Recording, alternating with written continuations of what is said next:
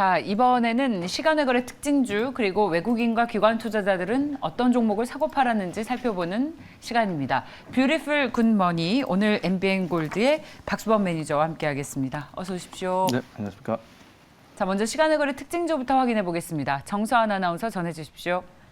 네, 지난 거래일 수급은 전체적으로 아직까지는 파월의 발언이 나오기 전에 거래일이기 때문에 그 기다림이 돋보였습니다. 특히나 종목별 이슈에 조금 더 집중하는 흐름이었고요. 시간 외 거래에서도 그랬습니다.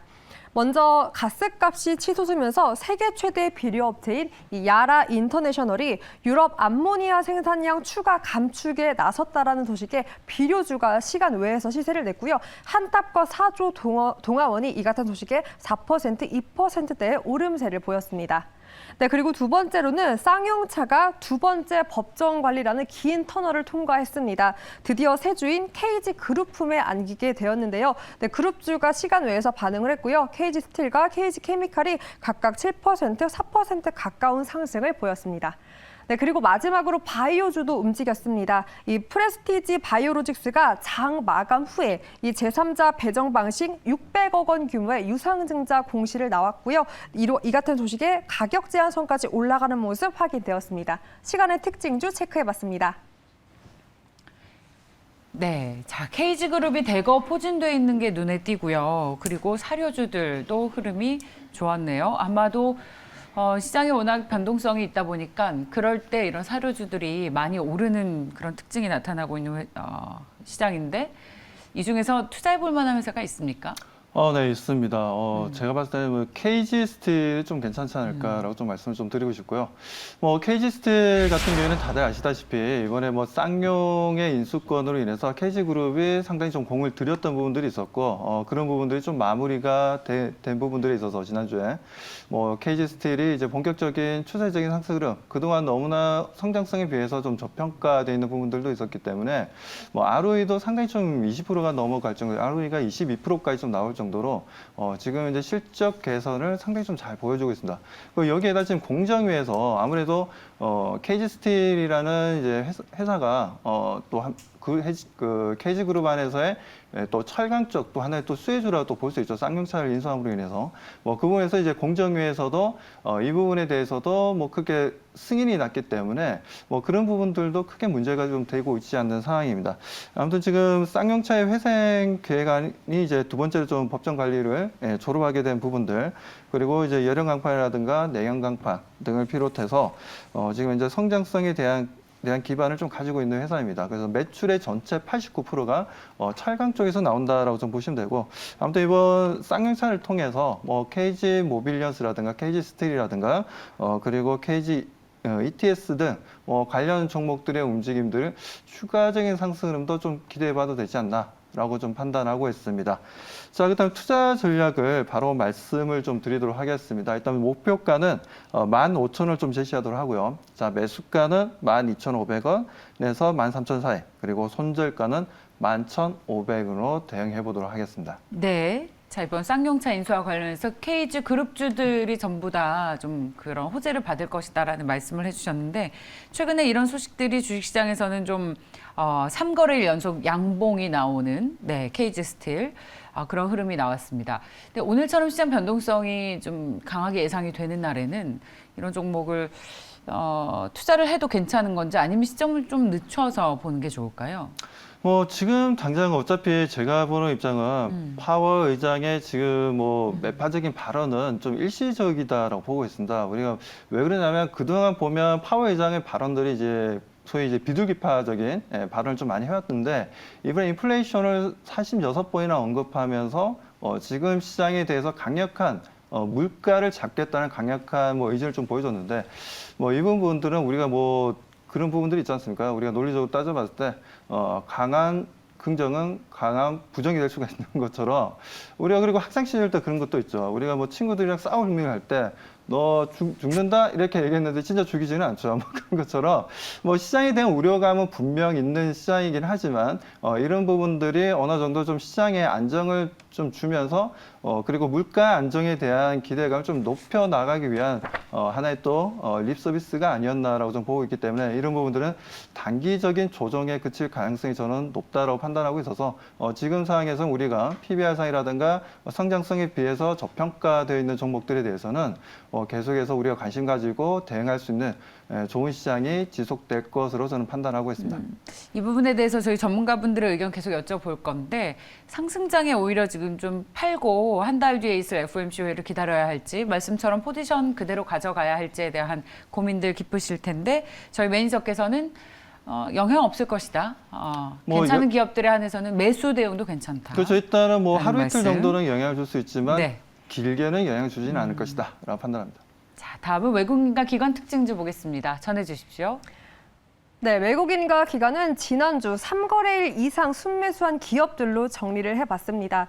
일단 특히나 외국인 기관 모두 지난주 금요일 이 파월의 발언을 기다리면서 조금은 덜 민감하게, 조금은 덜 예민하게 견뎌줄 수 있을 법한 기업과 섹터를 담은 모습이 엿보이고 있는데요. 먼저 외국인부터 체크해 보겠습니다. 일단 대장주 삼성전자를 3거래일 연속해서 매수한 모습 보여지고요. 그리고 또한 현대글로비스도 3거래일 연속해서 담아냈습니다. 이 현대모비스와의 합병 이슈 기대감이 솔솔 불거지면서 매수를 유지한 것으로 보이고요. 바이오주도 담아냈는데요. 이 코로나19 치료제 후보 물질이 미국 FDA 긴급 사용 승인 신청 절차에 대한 속도를 내고 있다는 소식이 호재로 작용되면서 외국인의 관심을 이끌었습니다. 그 밖에도 엔터주 하이브와 또 일본의 자유여행 재개로 인해 호재를 또 예상하고 있는 강원랜드까지 장바구니에 추가한 모습 확인됐습니다. 그럼 기간 넘어와서 체크해 보도록 하겠습니다. 기간은 바이오주와 2차 전지에 관심을 보인 모습을 보였는데요. 바이오주로는 삼성 바이오로직스와 박셀바이오를 연속해서 사들였습니다. 특히나 박셀바이오는 최근 이 혈액암 치료제 중단에 털썩 주저앉은 모습을 보였는데요. 지난주에는 이 새로운 다발 골수종 치료제 개발 소식을 전했습니다. 기간은 이에 기대를 좀 건 것 같아 보이고요. 네, 박셀바이오를 매수해서 담았습니다. 네, 계속해서 2차 전지로는 PNT와 나노신소재를 사들였고요. 나노신소재는 미국 공장 설립에 대한 호재성 뉴스를 전했습니다. 네, 그리고 마지막으로 또 최근 반등에 대한 추세 전환을 돋보이고 있는 카카오까지 연속해서 사들이는 모습 확인됐습니다. 외국인 기관 수급 체크해봤습니다. 근데 저희가 이제 이번에 매파적인 발언 때문에 달러가 많이 올랐어요. 그래서 오늘 우리 외환 시장이 어떨지 이거에 따라서 또 외국인 투자자들의 수급의 향방이 결정될 것 같아서 지금 외국인 투자자들의 순매수 특징주를 투자 아이디어로 가져갈 수 있을지에 대한 의문부터 듭니다. 저는. 네. 저는 지금 현재 외국인들이 대략적으로 최근 들어서 7월 중순부터 해서 지금까지 보게 되면 약 5조 원 정도의 순매수를 해주고 있습니다. 뭐 이런 부분들은 분명 국내 시장에 펀더멘탈이 있다라고 생각하고 있는 것 같고 그만큼 좀 저평가되어 있는 부분들도 높다라고 판단하고 있습니다.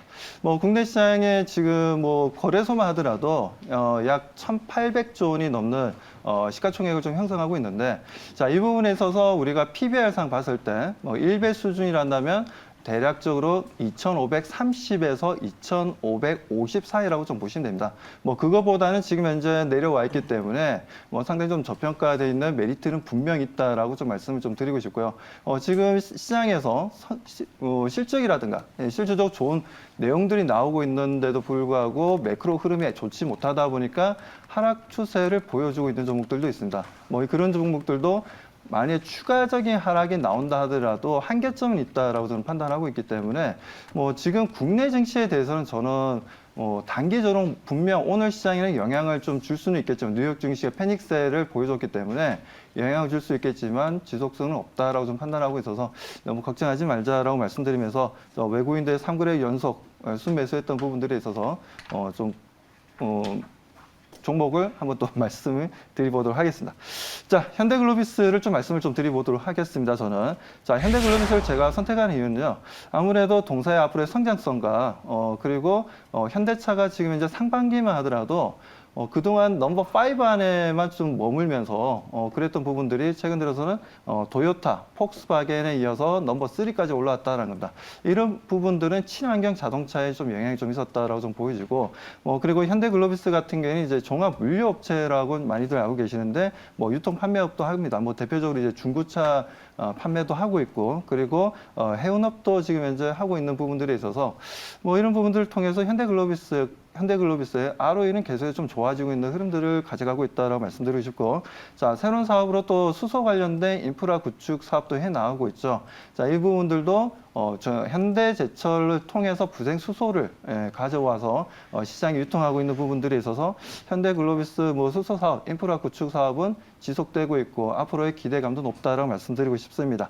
자, 여기에다 또 원달러 환율이 상승하다 보니까 아무래도 동사 같은 경우에는 달러 대비 원화가 약세를 보여주게 되면 아무래도 그 부분에 대해서 환율 수혜로 우리가 좀 바라볼 수 있는 부분들이 있고요. 그리고 순환 출자 고리를 좀 끊기 위해서 현대글로비스 같은 경우에는 정의선 회장이 20% 정도 지분을 가지고 있는 정말 핵심 중에 핵심의 회사라고 좀 보고 있고, 현대모빌리스가 이번에 좀 법인화시키면서 사업부를 좀 분할하고 있는 내용들, 이 부분들은 분명히 현대글로비스에 좀 긍정적이다 말씀드리고, 기아가 지금 현재 현대모빌리스의 최대 주주인데 17%가 넘는 지분율을 현대글로비스 분할을 통해서 그 분할된 회사들이 다시 한번 좀 현대글로비스와 합병이 이루어진다면 그 시도가 2018년도에도 좀 이루어졌던 부분도 있는데 그 옛날 부분들이 다시 어게인되고는 있긴 하지만 옛날과 분위기가 다른 거는 지금 이제 실적이 상당히 좀 긍정적으로 올라가고 있고 신사업에 대한 내용들도 좋다 보니까 네. 저는 긍정적으로 좀 판단하고 있습니다. 자, 예. 투자 전략 바로 말씀드리겠습니다. 자, 투자 전략 목표가는 20만 원 좀 제시하도록 하고요. 자, 그리고 매수가는 17만에서 18만 사이, 그리고 손절가는 16만 5천 원 좀 대응해 보도록 하겠습니다. 네, 기관 특징주는 뭡니까? 네, 기간 특징주는 지금 삼성바이오로직스를 좀 가지고 나왔고요. 자, 삼성바이오로직스 같은 경우에는 아무래도 좀 제약바이오 같은 경우에는 필수 소비재라고 좀 볼 수 있는 부분들이고, 아무래도 경기 방어적인 성향이 좀 강하다라고 좀 말씀을 좀 드리고 싶습니다. 자, 이런 부분들에서 전 세계 이제 시장 점유율이 30%까지 끌어올렸다는 부분들, 그리고 제약바이오가 생각보다 이제 진입 장벽이 높고, CDMO 사업 또한 빅파마들과 수주에 대한 내용들이 상당히 좀 좋았다고 말씀드립니다. 자, 그렇다면 좀 투자 전략 바로 또 말씀을 좀 드리도록 하겠습니다. 투자 전략 목표가는 95만 원을 좀 제시하도록 하고요. 자, 그리고 매수가는 85만 원에서 83만 원 사이, 그리고 손절가는 81만 원을 제시하도록 하겠습니다. 자, 다음은 사모펀드의 순매수 종목과 또 보고서 특징주까지 살펴보겠습니다. 전해 주십시오. 네. 사모펀드는 상대적으로 위 기관과 외국인보다 이 단기적, 절대적 수익을 지향합니다. 사모펀드 특징 종목 체크해 보도록 하겠습니다.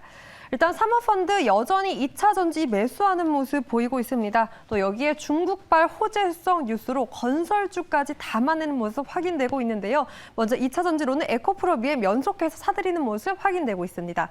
네, 그리고 또 중국발 호재성 뉴스였죠. 이 철도, 수로, 에너지에 대해 중국에서 약 1,300조 원 규모 투자 소식에 수혜가 기대되는 기업, 특히나 건설에 집중을 해서 매수를 했습니다. 현대두산인프라코어와 현대건설을 담아냈고요. 특히나 현대두산인프라코어는 지난주 금요일 15%까지 강세 흐름 이어가는 모습도 확인되고 있습니다. 네, 그 밖에도 여기에 BHI를 매수를 했는데요. 포스코건설과 LNG 발전 설비 공급 계약을 이전에 전했는데 이번에는 현대 엔지니어링과 체결한 발전 설비 사업의 계약금 총액을 324억여 원 증액했다라는 공시를 냈습니다. 이 같은 소식에 사모펀드가 관심을 보이는 모습 확인됐고요. 그 밖에도 블록딜 이슈로 불거지고 있는 한진칼까지 매수하는 모습 확인되고 있습니다. 사모펀드 특징 종목 체크해봤습니다. 네, 자, 탑픽은 뭡니까? 저는 좀 현대건설을 좀 가지고 나왔습니다. 자, 제가 현대건설을 좀 가지고 나온 이유는 다름이 아니라 지금 현재 너무나 성장성이 좀 뚜렷하게 좋은 내용들이 좀 나와주고 있고, 상반기에도 해외 쪽 수주 물량도 좋았고 국내 쪽 시장에서도 상당히 좀 좋았다는 부분들입니다. 이 분위기는 하반기까지 좀 연결될 가능성이 좀 상당히 좀 높다라는 부분들에 있어서 실적 기대주로서 우리가 현대건설을 좀 대응할 필요가 있다라고 말씀을 좀 드리고 싶습니다. 아무튼 지금 글로벌 시장에서도 지금 네옴시티죠. 사우디의 네옴시티라든가 아니면 인도네시아의 자카르타 수도 이전이라든지 여러 가지 내용들에 있어서 좀 수주가 계속 늘어날 것으로 보고 있고, 자, 미국의 웨스팅하우스라는 또 원전 관련된 설계와 그리고 감리를 하는 회사가 있습니다. 이 회사와 지금 현재 조인을 해서 시공은 현대건설이 하고 있다는 부분들이죠.